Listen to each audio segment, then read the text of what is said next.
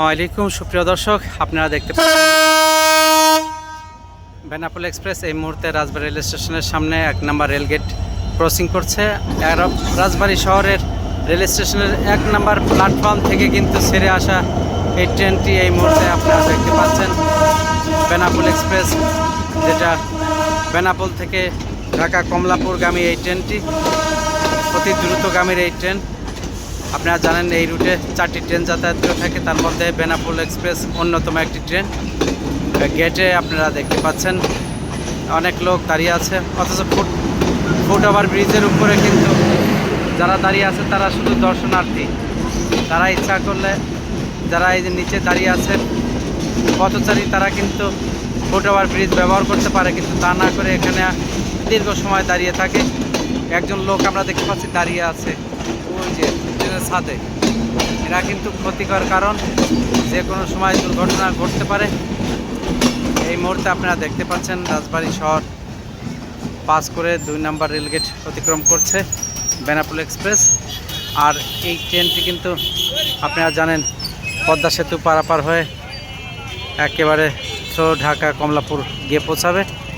রাজবাড়ী থেকে আরও 4টি ট্রেন, অর্থাৎ Benapole express, Madhumati express, Sundarban express এবং নকশিকাতা কমিউটার, এই মোট 4টি ট্রেন কিন্তু ঢাকাতে যাতায়াত করে থাকে। আর 2টি ট্রেন লোকাল, একটা শাটল এবং আরেকটি রয়েছে রাজবাড়ী মেল। এই ট্রেনগুলোও কিন্তু রাজবাড়ী হয়েই যাতায়াত করে, যেটা শহরের এই রেলগেট ক্রসিং করে দিনে বেশ কয়েকবার। আর এই যখনই ক্রসিং করে তখনই এভাবে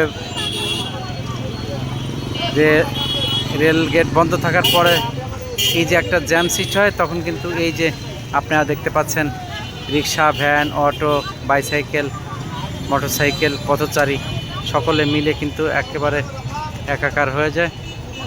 শহরের যে অবস্থা, এই যে অবস্থা, এইটা প্রতিনিয়ত এই আকার ধারণ করে। আর এরা তো স্থানীয় একেবারে স্থায়ী হয়ে পড়েছে কলা বিক্রেতা, একেবারে ডিয়ারিং কলা বিক্রেতা। তারা তো মনে করেন যে এখান থেকে আর সরবে না। এরা এই রেল গেট দখল করে আছে, দখলে তাদের, বললেও তারা শোনে না। আর ফল ব্যবসায়ীদের দখলে রয়েছে ফুটপাত, আর এই যে বর্ষা সাজিয়ে বসার দোকানগুলো। এই হচ্ছে রাজবাড়ী শহরের বর্তমান চিত্র, আর এটাই চলছে রাজবাড়ী শহরের বর্তমান সচরাচর আমরা দেখতে পাচ্ছি।